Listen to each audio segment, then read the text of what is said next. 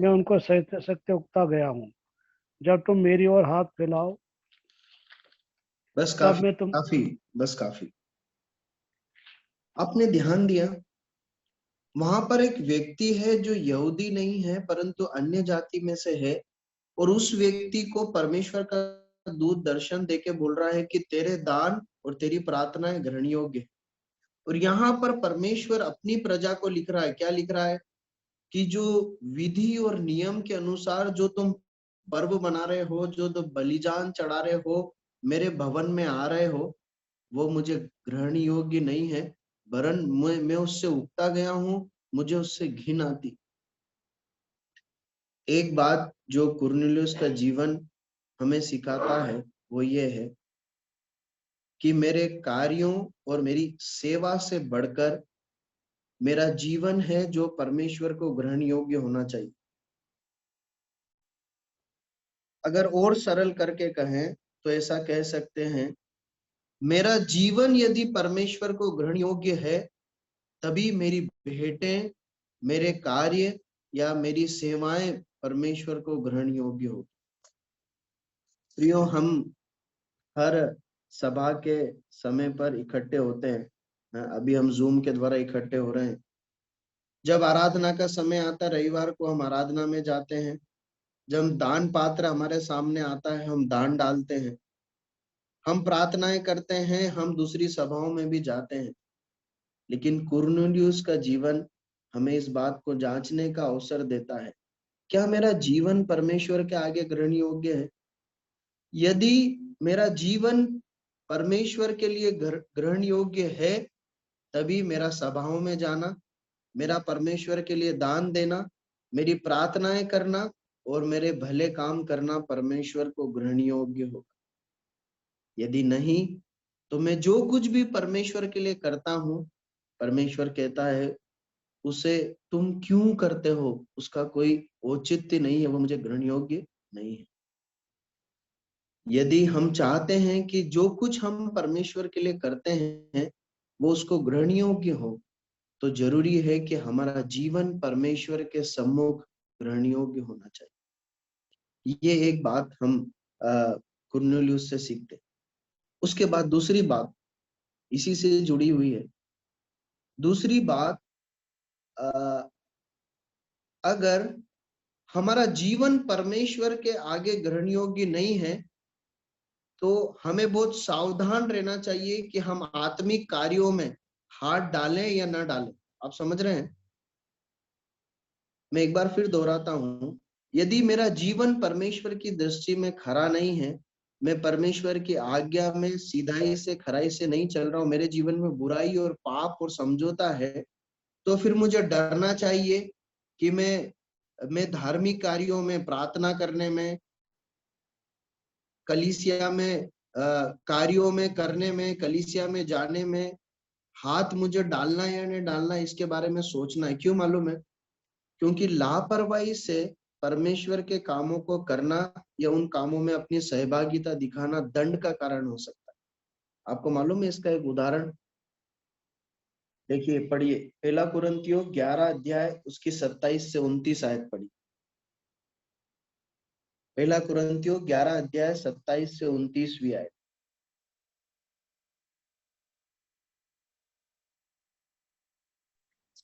इसलिए जो कोई अनुचित रीति से प्रभु की रोटी खाए या उसके कटोरे में से पिए, वह प्रभु की देह और लहू का अपराधी ठहरेगा। इसलिए मनुष्य अपने आप को जांच ले और इसी रीति से इस रोटी में से खाए और इस कटोरे में से पिए। क्योंकि जो खाते पीते समय प्रभु की देह को ना पहचाने, वह इस खाने और पीने से अपने ऊपर दंड लाता है। ठीक है, आप समझ रहे हैं? प्रभु भोज के विषय में लिखा गया है। पौलुस बताता है लापरवाही के साथ उस पवित्र एक विधि की गंभीरता को, उसकी सत्यता, उसकी पवित्रता और गरिमा को समझकर लापरवाही से अगर उसमें सहभागी होंगे तो लिखा है कि दंड आएगा। और पौलुस कहता है कई लोग इसलिए तुम में से सो गए हैं। एक और उदाहरण हमें मिलता है, आपको याद है हनन्याह सफीरा? उन्होंने ध्यान दिया था क्या? दिया था। एक एक अच्छा दान उन्होंने परमेश्वर के लिए प्रेरितों के चढ़ने पर रखा था। ग्रहण योग्य हुआ क्या? नहीं हुआ। क्यों? क्योंकि जीवन में समस्या थी। न केवल वो अस्वीकार हो गया उनका दान, परंतु उनके ऊपर दंड का कारण भी है।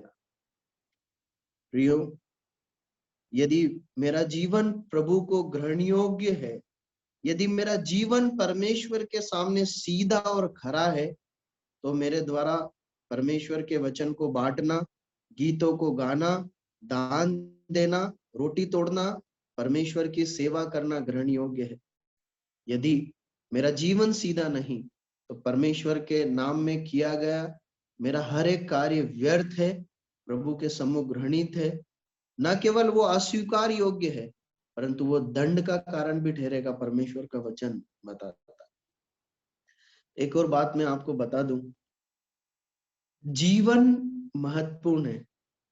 आपको आश्चर्य होगा अगर आप परमेश्वर के वचन में ढूंढेंगे तो परमेश्वर ने मनुष्य के जीवन को प्रधानता दी है, सेवा को प्रधानता नहीं दी। आप समझ रहे हैं? यहूदा इस्करियोती के पास भी सेवा थी, लेकिन उसके पास जीवन नहीं था। जीवन महत्वपूर्ण है। ठीक है, प्रभु सहायता करे, हम आगे बढ़ते हैं। अब इसका 10वां अध्याय का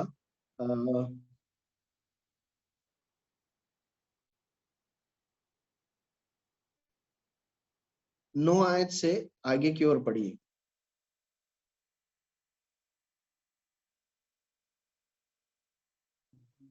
ठीक है, माफ कीजिए, इसकी 8वीं आयत को पढ़िए। 7 और 8 पढ़िए, 7 और 8। जब वह स्वर्गदूत जिसने जब उससे बातें की थी चला गया, तो उसने 2 सेवक और जो उसके पास उपस्थित रहा करते थे उनमें से एक भक्त सिपाही को बुलाया और उन्हें सब बातें बताकर याफा को भेजा। ठीक है, काफी। अब मुझे बताइए कि हमने पिछले अध्ययनों में देखा था कुरनेलियुस एक सूबेदार था, उसके पास कितनी पलटन के ऊपर नेतृत्व करता था वो बताया गया था, इसलिए मैं आपसे पूछ रहा हूँ। 100 सिपाहियों के ऊपर।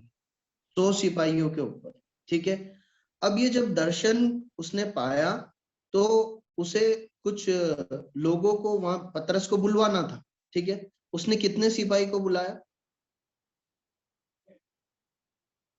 एक सिपाही को बुलाया, और उस सिपाही के बारे में कुछ लिखा है। क्या लिखा है? उसकी एक क्वालिटी वहां पर लिखी, विशेषता लिखी, भक्त। वो भक्त था। आप समझ रहे हैं? देखिए, एक और महत्वपूर्ण पाठ या एक जो भक्त व्यक्ति होता है ना, उसकी एक और पहचान यहाँ पर हमें मिलती है। एक भक्त व्यक्ति का जो व्यवहार है सामान्य रूप से, वो एक भक्त व्यक्ति के साथ ही होगा। आप समझ रहे हैं? एक विश्वासी का, एक खरे व्यक्ति का, एक विश्वासी या खरे व्यक्ति के साथ ही ज्यादा मेल जोल होगा। इसका मतलब ये नहीं है कि हम जब अपने आप को विश्वासी या प्रभु यीशु मसीह के शिष्य कहते हैं तो हम दुनिया से अपने आप को काट लेंगे, वैसा नहीं है। पर यहाँ पर बहुत एक व्यक्तिगत बात है। कुरनेलियुस को एक ऑफिशियल काम नहीं मिला था, बहुत एक व्यक्तिगत काम मिला था। अब उसे अपने व्यक्तिगत काम के लिए एक व्यक्ति चुनना था। कौन उसे करेगा? 100 लोग उसके अधीन है कम से कम, जो उसका ऑर्डर फॉलो करने के लिए तैयार है। उसने ये नहीं चुना कि कौन कौन ज्यादा अच्छा मैप को पढ़ता है, किसे भौगोलिक जानकारी बहुत बढ़िया है, मैं उसको भेजू। नहीं, वहां लिखा एक भक्त व्यक्ति को उसने चुना। प्रियो, एक और पाठ हम इस कुरनेलियुस से सीख सकते हैं, वो ये है कि हम किन लोगों से ज्यादा जुड़े हैं या किन से हमारा ज्यादा व्यवहार है, ये प्रकट करता है कि हम कैसे लोग हैं। आप समझ रहे हैं? भक्त एक व्यक्ति रहेगा, एक विश्वासी है, उसका ज्यादातर जो लेन देन है, व्यवहार है, सब कुछ किसके साथ रहेगा? एक विश्वासी के साथ रहेगा। प्रियो, और सरल करके कहूं तो हम कितने भक्त हैं, ये इससे पता चलता है कि हम किन लोगों के साथ उठते बैठते हैं, ज्यादा समय बिताते हैं, अपनी बातें किससे शेयर करते हैं। ये निर्भर करता है कि हम कैसे हैं। यदि हम हमारे दोस्त, हमारे बातचीत को शेयर करने के लिए हमारे पास विश्वासी मसीह लोग हैं, तो वाकई में हम मसीह विश्वासी लोग हैं। लेकिन यदि हमारे सीक्रेट्स जानने वाले, हमारे ज्यादातर लेन देन व्यवहार करने वाले, उठने बैठने वाले अन्य जाति है जो परमेश्वर को नहीं जानते, तो हमें अपने बारे में सोचने की आवश्यकता है। आप बाइबल के पन्नों को उठा के देखिए, अगर आप भक्त व्यक्ति को देखेंगे ना, तो उसका लेन देन या उसके निकट तक व्यवहार भी भक्त लोगों के साथ देखेंगे। मैं आपको एक बात बताऊं, एलीशा का सेवक कौन था, बताएंगे आप? गेजी। गेहजी था। गेजी। आपने अगर ध्यान दिया होगा, गेहजी ने एक अपराध किया था, है ना, लालच किया था। उसने नामान कोड़ी से झूठ बोलकर पैसे ले लिए और फिर एलीशा को भी झूठ बोला, है ना। आपको मालूम है, उसके बाद अगर आप उसके बारे में पढ़ेंगे ना, तो वो एलीशा के साथ नहीं, वो राजा के साथ खड़ा होकर एलीशा के किस्से उसको सुना रहा है। आप बात को समझ रहे हैं? यही एक बहुत बड़ा भेद है। मेरे दोस्त कौन है? दोस्त आपके अन्य जाति भी हो सकते हैं, मैं उसका विरोध नहीं कर रहा हूं, लेकिन मैं आपको बताना चाहता हूं कि आपकी नजदीकियां किन दोस्तों से, आपके दोस्त आप जिनसे बहुत सीक्रेट शेयर करते हैं, या आप जिनसे जो बहुत घुलते मिलते हैं, जिनके साथ आपको रहने में बहुत मजा आता है, जिनको साथ आप अपनी समस्या शेयर करते हैं, वो अन्य जाति हैं या विश्वासी लोग? अगर वो विश्वासी हैं तो बहुत अच्छी बात है, लेकिन अगर वो अन्य जाति है तो मैं आपको बता दूं कि आपको इस क्षेत्र में सोचने की जरूरत है। प्रभु सहायता करे। हम आगे बढ़ते हैं। अब पतरस के दर्शन का विवरण है। 9 आयत से आगे की आयतों को पढ़िए। 9 आयत से आगे की आयत। दूसरे दिन जब वे चलते चलते नगर के पास पहुंचे, तो दोपहर के निकट पतरस छत पर प्रार्थना करने चढ़ा। उसे भूख लगी और कुछ खाना चाहता था, परंतु जब वे तैयारी कर रहे थे तो वो बेसुध हो गया, और उसने देखा कि आकाश खुल गया और एक पात्र बड़ी चादर के समान चारों कोनों से लटकता हुआ पृथ्वी की ओर उतर रहा है, जिसमें पृथ्वी के सब प्रकार के चौपाए और रेंगने वाले जंतु और आकाश के पक्षी थे। उसे एक ऐसा सब सुनाई दिया, हे पतरस, उठकर मार खा। परंतु पतरस ने कहा, नहीं प्रभु, कदापि नहीं, क्योंकि मैंने कभी कोई अपवित्र या अशुद्ध वस्तु नहीं खाई है। फिर ठीक है, दूसरी काफी बार काफी है, काफी है। 3 बार ऐसा ही होता है। ठीक है, अब मैं जल्दी से कुछ प्रश्न आपको पूछ रहा हूँ, आपको मुझे उत्तर देना। पतरस प्रार्थना करने चढ़ा है, उसे भूख लग रही है ना? कोई डाउट है क्या? यस या नो में जवाब दीजिए। यस। भूख लग रही है, ठीक है, और वो खाना भी चाहता है ना? मतलब भूख भी लग रही है और उसकी चाहत भी है कि कुछ खाने को मिल जाए। ठीक है, आप है मेरे साथ? यस। हाँ जी। मतलब पापा के अलावा कोई और भी सुन? हाँ जी, हाँ जी। हाँ भैया। जी जी जी, हाँ, है ना? मैं चाहता हूं कि आप उसको इमेजिन करें अपने मन में। पतरस से भूख लग रही है, खाना भी चाह रहा है। खाने के लिए है क्या सामान? है। बन रहा है, बन रहा है। हाँ है। हाँ, मतलब उधर भी बन रहा है और इधर भी चादर में आया है खाने के लिए। ठीक है, और खाने के लिए बोला जा रहा है उसको। हाँ, कौन बोल रहा है? परमेश्वर, सरदूत। है ना, खाने के लिए बोल रहा है। भूख है, इच्छा भी है खाने की, और खाना भी सामने आ गया, और खाने के लिए बोला भी जा रहा है। लेकिन पतरस ने खाया क्या? नहीं। नहीं खाया। ठीक है, अब इस बात को ध्यान में रखकर एक भाग को पढ़िए। मरकुस का सुसमाचार 8 अध्याय 13 से 17 है। मरकुस 8 13 से 17 पढ़िए।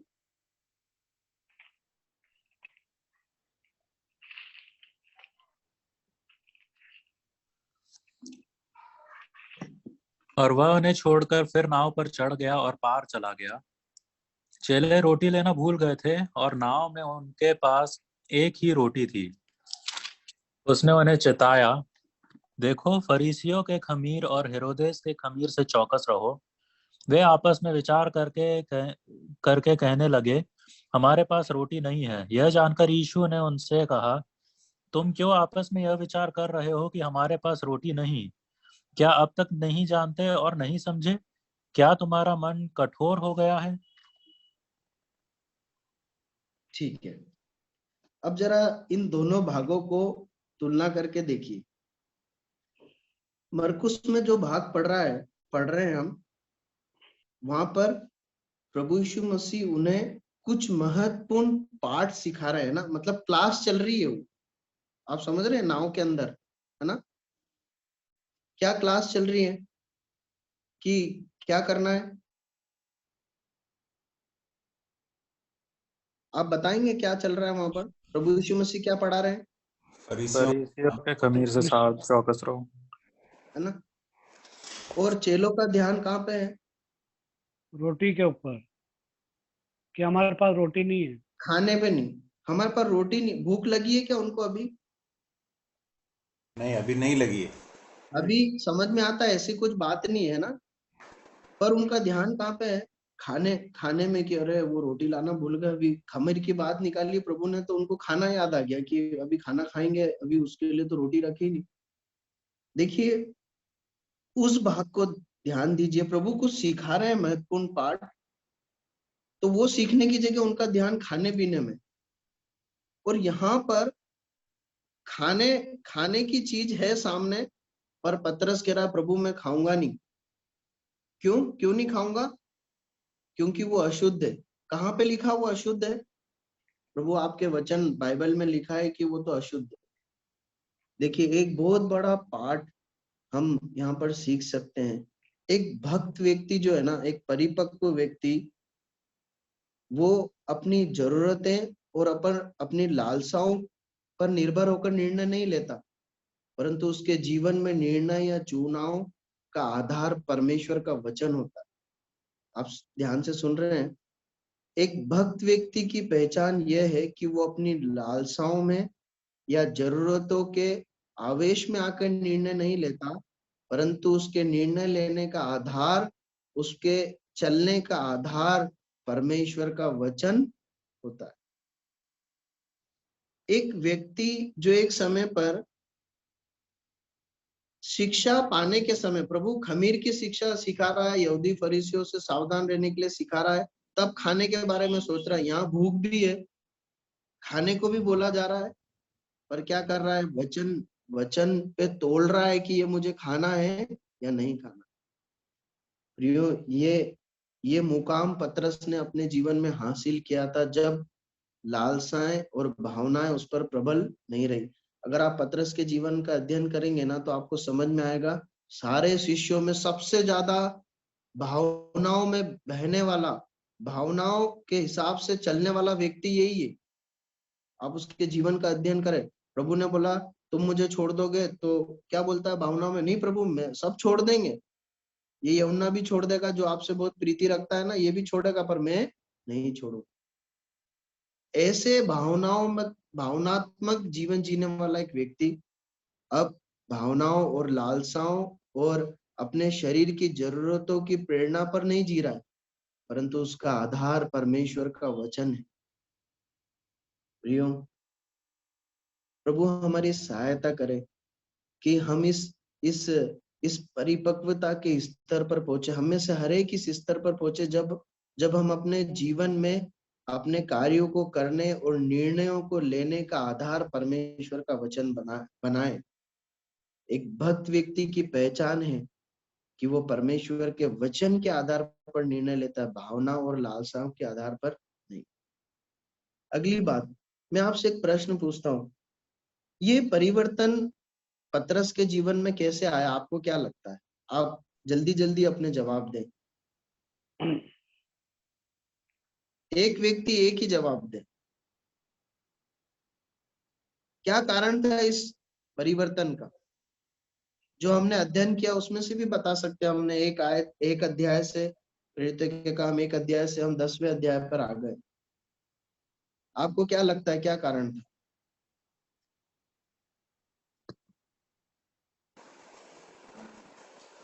पवित्र आत्मा से परिपूर्ण होने के कारण। पवित्र आत्मा से परिपूर्ण होने के कारण, बिल्कुल सही है। और कोई बताना चाहते हैं?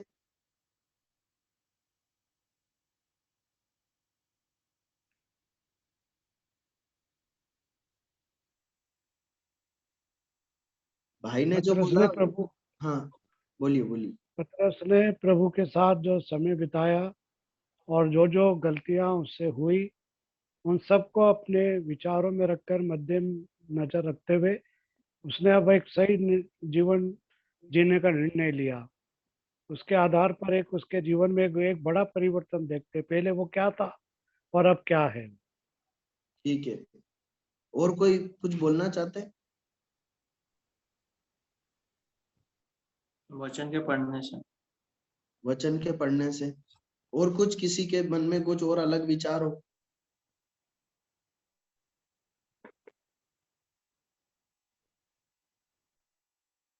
ठीक है, देखिए निश्चय जो भाई आप लोगों ने बताया वो गलत उत्तर नहीं है, वो सही उत्तर है। लेकिन उसमें एक चीज, एक बात जोड़ने से वो उत्तर पूरा बनता है। ये बात सही है कि परमेश्वर के साथ, प्रभु यीशु मसीह के साथ उन्होंने समय बिताया था। ये बात भी बहुत सही है कि उन्होंने वचन पढ़े, और ये बात भी बिल्कुल सही है कि परमेश्वर का आत्मा उन पर उतरा था, है ना। लेकिन परमेश्वर का आत्मा उतरा और वो परमेश्वर के आत्मा के अनुसार चलते थे। आप समझ रहे हैं? परमेश्वर के आत्मा को पाना और परमेश्वर के आत्मा की आज्ञाकारिता में चलना दोनों अलग अलग बात है। उन्होंने परमेश्वर के आत्मा को पाया था, पतरस ने परमेश्वर के आत्मा को पाया था, और वो पवित्र आत्मा की अगुवाई और नियंत्रण में, आज्ञाकारिता में अपने जीवन को जीते थे, इसलिए उनके जीवन परिवर्तित। आज भी ऐसा ही होता है। एक व्यक्ति जब प्रभु यीशु मसीह को ग्रहण करता है, परमेश्वर का आत्मा उसे मिलता है। इस भाग के, इस अध्याय के अंतिम भाग में हम पढ़ते हैं कि उन्होंने, जिन्होंने विश्वास किया, उन्होंने पवित्र आत्मा पाया। हर एक विश्वासी विश्वास करने पर, प्रभु यीशु मसीह को उद्धारकर्ता करने पर पवित्र आत्मा पाता है। पवित्र आत्मा के द्वारा परमेश्वर उसके हृदय में रहने आता है। लेकिन जो विश्वासी पवित्र आत्मा की आज्ञाओं को मानने के लिए, जैसा जैसा परमेश्वर का आत्मा उसे वचन पढ़ने, प्रार्थना करने, संगति करने, पाप को ना कहने, पाप से दूर रहकर पवित्रता का जीवन जीने के लिए प्रोत्साहित करता है, जब एक विश्वासी उसके लिए समर्पण करता है, तब उसका जीवन बदलता है। पता है हमारा जीवन कब बदलेगा? जब हम मसीह का जीवन जिएंगे। आप समझ रहे हैं? पवित्र आत्मा हमें इसलिए दिया गया कि हम मसीही जीवन जी सके। जब हम यीशु मसीह के समान जीवन जिएंगे, तब हमारा जीवन यीशु मसीह के समान बदलेगा। अगर हमने पवित्र आत्मा पा लिया लेकिन उसके हिसाब से नहीं चल रहे हैं, उसकी आज्ञा में, अधीनता में नहीं चल रहे हैं, तो हमारे जीवन में कुछ भी बदलाव नहीं आया। इसीलिए प्रियो, कई लोग प्रभु यीशु मसीह पर विश्वास करने के बाद सालों तक उसी स्तर पर रहते हैं, जिस स्तर पर उन्होंने विश्वास किया था। उनका ज्ञान, समझ, परिपक्वता वही है। तो कई लोग बहुत आगे तक बढ़ जाते हैं। क्यों? क्योंकि वो परमेश्वर के आत्मा के नियंत्रण में, आज्ञाकारिता में जीवन जीते। मुझे याद है, अभी आपको बोलते समय ये विचार मेरे मन में आया। मुझे याद है, मैं स्कूल और कॉलेज के टाइम पे कई कॉन्फ्रेंस में जाता था, और वहां पर कई भाई लोग मुझे मिलते थे। वो मेरे ही समान विश्वासी थे, नए नए विश्वासी उस समय थे। लेकिन मैं आपको बात बताऊं, आज वो प्रभु के सेवक होकर कलीसिया में सेवा कर रहे हैं। आप समझ रहे हैं? एक समय जो नए विश्वासी थे, वो आज प्रभु के सेवक के रूप में कलीसियाओं में सेवा कर रहे हैं। क्यों? क्योंकि उन्होंने जो आत्मा पाया, जो सीखा, उसको अपने जीवन में लागू किया। क्या हुआ? जीवन बदल गया। प्रभु हमारी सहायता करे। अब हम आगे बढ़ते हैं। 10 अध्याय उसकी 24 आयत पढ़ी।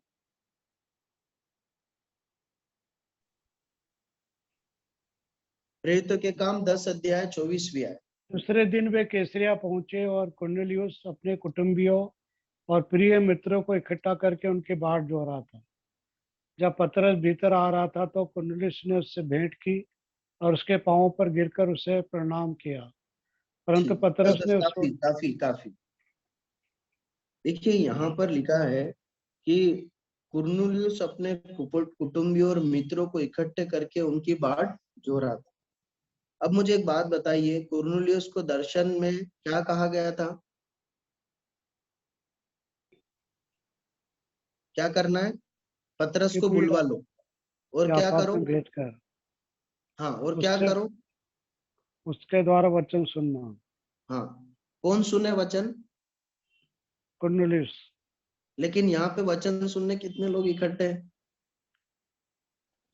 बहुत ज्यादा लोग हैं। बहुत ज्यादा लोग हैं। कुर्नेलियुस ने पूरे कुटुंबियों को बुला लिया, पूरे घराने को बुला लिया और दोस्तों को भी बुला लिया कि आओ। एक और बात हम एक भक्त व्यक्ति से सीख सकते हैं, वो अपने दर्शन को दूसरों से बांटता है। आप समझ रहे हैं?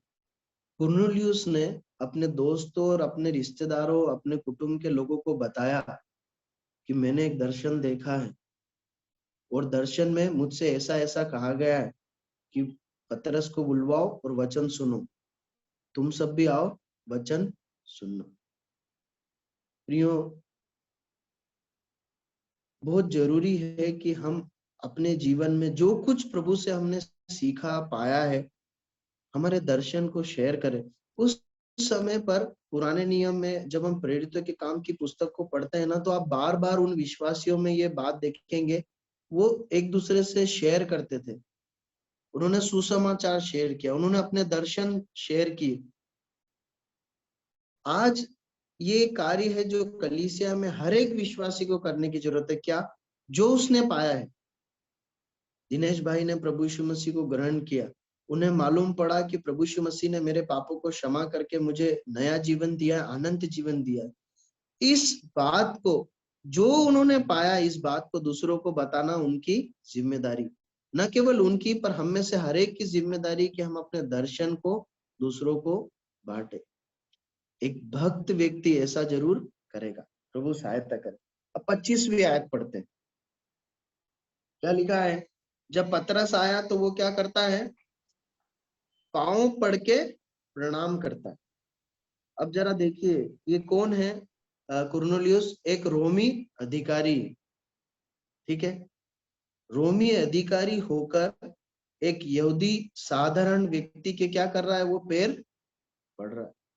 एक भक्त व्यक्ति की पहचान है, वो नम्र होगा, वो दूसरों को आदर देगा। देखिए, ध्यान से सुनिएगा, हम एक सच्चे भक्त के गुणों को देख रहे हैं, जिसे परमेश्वर ने भक्त होने का सर्टिफिकेट दिया है। यदि हम अपने आप को भक्त कहते हैं ना, तो हमें इन पॉइंट्स पे, इन बिंदुओं पर अपने जीवन को जांचने की जरूरत है। इतना बड़ा एक व्यक्ति पांव पड़कर क्या कर रहा है? प्रणाम कर रहा है। किसको? पतरस। इससे पता चलता है कि वो कितना नम्र है, या वो परमेश्वर के लोगों को कितना आदर देता है। जबकि संसारिक ओहदे से देखा जाए तो आदर के योग्य कौन है? ये रोमी अधिकारी। देखिए, इसका उल्टा भी हो सकता था। पतरस को 2 सिपाही लेने आए हैं, तो पतरस मतलब ये भी सोच सकता था कि भैया क्यों बुलाया, क्या बात हो गई, है ना। खैर, उसे बताया गया है कि ये बात हुई है, पर वो इसका विपरीत भी हो सकता था, लेकिन वैसा नहीं हुआ। कुर्नेलियुस ने उसके पैर पड़कर उसे प्रणाम किया। एक भक्त व्यक्ति के पहचान है, वो नम्र होगा और परमेश्वर के लोगों का आदर करेगा। ये पाठ हमें सीखना है। हम परमेश्वर के लोगों का, जो परमेश्वर की सेवा करते हैं, जो हमें वचन सिखाते हैं, प्रभु के दास लोग हैं जो कलीसिया में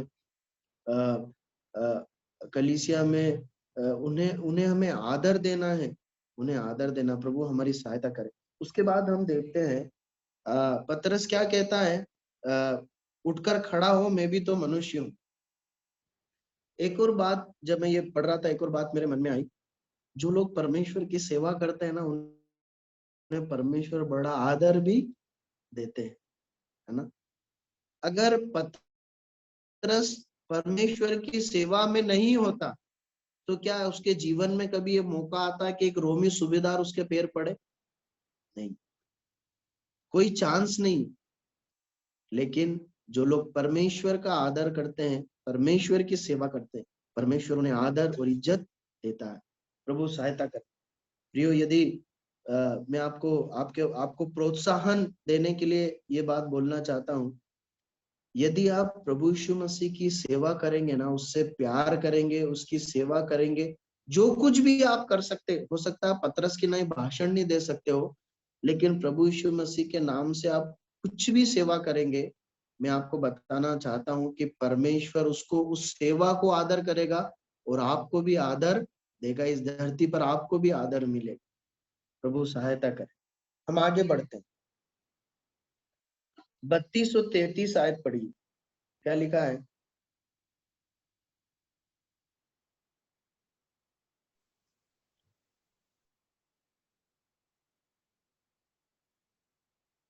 बत्तीस 10 का 32 और 33।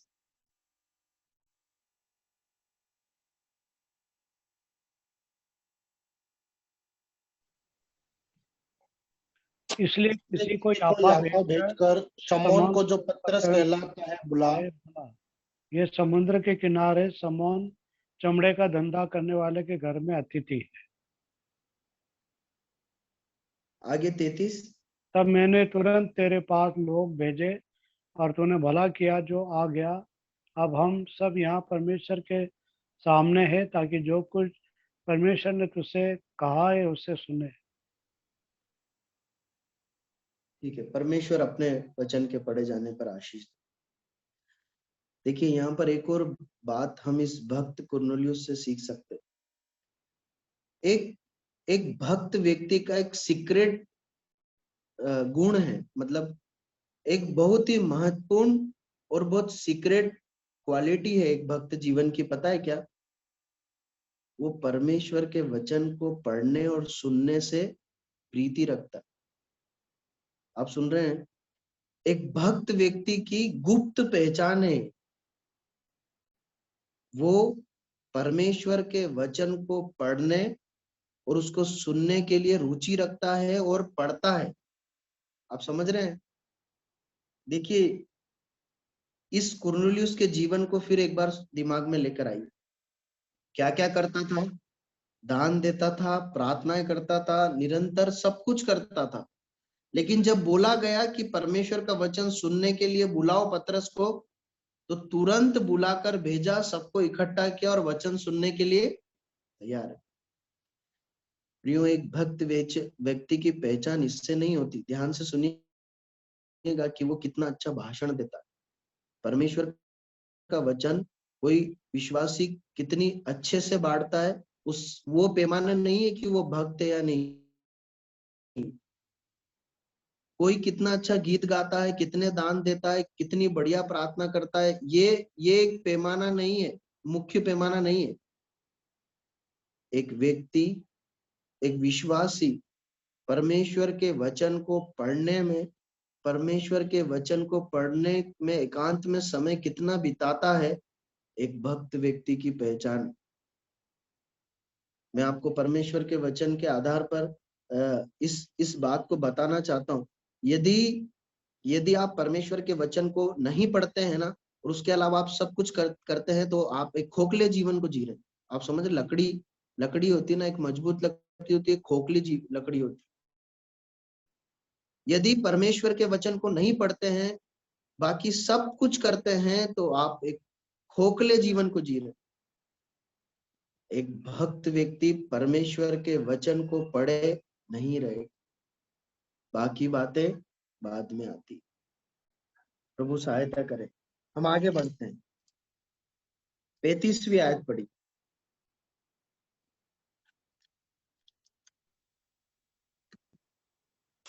वरन हर जाति में जो उससे डरता और धर्म के काम करता है, वह उसे भाता है। यहाँ से शुरू हो गया, मेरी बाइबल में यहाँ से शुरू है। अब मुझे निश्चय हुआ कि परमेश्वर किसी का पक्ष नहीं करता, वरन हर जाति में जो उससे डरता और धर्म के काम करता, वह उसे भाता है। अब देखिए, पौलुस अपना मुंह खोलकर संदेश शुरू कर रहा है, वो भाषण देने जा रहा है ना। और अब जब वो अपना भाषण शुरू कर रहा है, तो वो अपने बारे में कुछ बोल रहा है। क्या बोल रहा है? ये सब जो हुआ है घटनाक्रम, उसके बाद वो शुरू करता है, अब मुझे निश्चय हो गया। क्या निश्चय हुआ? कि परमेश्वर किसी का पक्षपात नहीं करता। और क्या पता चला उसे? कि परमेश्वर पक्षपाती नहीं है, और जो परमेश्वर का भय मानते हैं वो उसे पसंद होते हैं, है ना। हम पहला पॉइंट वही देखा था ना हमने, कि जो है दान देने वाले, प्रार्थना करने वाले नहीं, परंतु परमेश्वर के सामने खराई से जीने वाले पसंद होते। पतरस बोल रहा है कि मुझे अब पता चला, मुझे इस बात का निश्चय हो गया कि परमेश्वर पक्षपाती नहीं है, और जो खराई से भय मानकर जीवन जीते वही परमेश्वर के आगे ग्रहणीय होंगे। अगली बात जो हम सीखते हैं वो ये है, जो परमेश्वर के चरणों पर बैठते हैं ना, परमेश्वर के साथ समय बिताते हैं, पवित्र आत्मा की आज्ञाकारिता में चलते हैं, परमेश्वर जो दिखाते हैं वो करते हैं, वो लोग अपने परमेश्वर को बहुत नजदीकी से जान पाते हैं, या परमेश्वर के चरित्र और गुणों को और अधिक पहचान पाते हैं। आप समझ रहे हैं? जो विश्वासी परमेश्वर के आत्मा को पाकर उस आत्मा में चलते हैं, मसीह जीवन को जीते हैं, आज्ञा मानते हैं, वो और अधिक व अधिक अपने परमेश्वर के चरित्र और गुणों को, स्वभाव को और नजदीकी से पहचान पाते। पतरस प्रभु यीशु मसीह के साथ रहा, पतरस ने पवित्र आत्मा पाया, लेकिन इतनी सारे बात होने के बाद वो और अपने प्रभु के बारे में जानता जा रहा है। वो यहाँ का कह रहा, मुझे अब समझ में आया परमेश्वर पक्षपात नहीं करता। कैसे समझ में आया? जब वो परमेश्वर के साथ अकेले में प्रार्थना करने गया था तो दर्शन मिला, फिर कुछ आज्ञा मिली कि कुरनेलियुस के घर आए, तो कुरनेलियुस के घर आया, फिर कुरनेलियुस की बातों को सुना कि क्या उससे दर्शन मिला अच्छे से। इन सब का जो अनुभव था, इन सब को जब उसने जिया, तब उसे परमेश्वर के कुछ और गुण पता चले। क्या? परमेश्वर पक्षपाती नहीं है, परमेश्वर बहुत अच्छा है, और परमेश्वर जो उसका भय मानते हैं उनसे प्रसन्न होता। प्रियो, अपने परमेश्वर के को और निकट से जानना है ना, जिस पर विश्वास किया है, उसके साथ समय बिताइए अकेले में। उसके बाद जो अकेले में वो आपसे कहता है उसे मानिए, जो आज्ञाएं, जो प्रकाश आपको मिला उस पर चलिए। ये दोनों काम करेंगे तो जो अनुभव आपको होगा ना, आपको पता चलेगा कि परमेश्वर बहुत भला है। आखिरी बात, क्यों ये जरूरी है? प्रभु यीशु मसीह को उद्धारकर्ता करके जान लिया, उद्धार पा लिया, फिर क्या जरूरी है परमेश्वर को और नजदीकी से जाने? बहुत जरूरी है प्रियो। एक आखिरी आयत पढ़कर समाप्त करेंगे। दानियल 3 अध्याय उसकी 16 आयत से आगे पढ़ी। दानियल 3 अध्याय 16 आयत से आगे पढ़ी। शद्रक, मेशक और अबेदनगो ने राजा से कहा, हे नबूकदनेस्सर, इस विषय में तुझे उत्तर देने का हमें कुछ प्रयोजन नहीं जान पड़ता। हमारा परमेश्वर जिसकी हम उपासना करते हैं, वह हमको उस धधकते हुए भट्टे की आग से बचाने की शक्ति रखता है। वरन हे राजा, वह हमें तेरे हाथ से भी छुड़ा सकता है। परंतु यदि नहीं, तो हे राजा, तुझे मालूम हो कि हम लोग तेरे देवता की उपासना नहीं करेंगे और न तेरी खड़ी कराई हुई सोने की मूरत को दंडवत करेंगे। क्यों जरूरी है परमेश्वर को, अपने परमेश्वर को निकटता से जानना?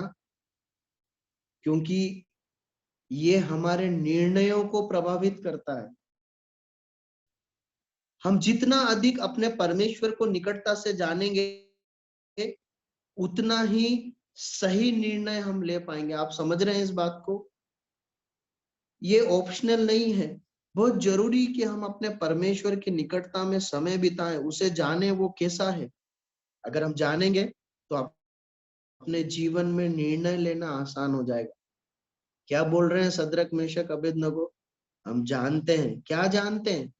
अपने परमेश्वर के बारे में ये जानते हैं कि वो आंख के भट्टे से भी बचा सकता है और तुझसे भी बचा सकता है, ये हमें मालूम है। देखिए, परमेश्वर के बारे में ज्ञान रखना एक बात है, और परमेश्वर को व्यक्तिगत अनुभव से जानना, उसके साथ चलकर दूसरी बात है। आप ध्यान से सुनना इस बात को।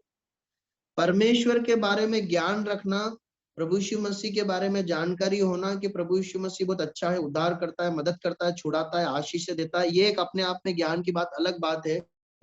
और प्रभु यीशु मसीह के पीछे चलते चलते, गिरते पड़ते उठते, प्रभु यीशु मसीह के को पहचानना, उसके साथ साथ चलकर उसे जानना, ये अलग बात है। जितना जानेंगे उतने सही निर्णय अपने जीवन में रह पाएंगे। जब यूसुफ के सामने व्यभिचार का पाप करने का प्रलोभन आया, उसने बोला मैं अपने परमेश्वर के विरोध में पाप कैसे करूं। प्रियो, प्रभु यीशु मसीह के साथ समय बिताइए, वचन पढ़िए, प्रार्थना करिए, जो आज्ञा मिलती है उसे जानिए, मानिए। ये अनुभव आपको प्रभु यीशु मसीह की पहचान में बढ़ाएगा। जब आप उसकी पहचान में बढ़ेंगे तो क्या होगा मालूम है? आप पवित्र जीवन जी पाएंगे, अपने जीवन में सही निर्णय ले पाएंगे। परमेश्वर अपने वचन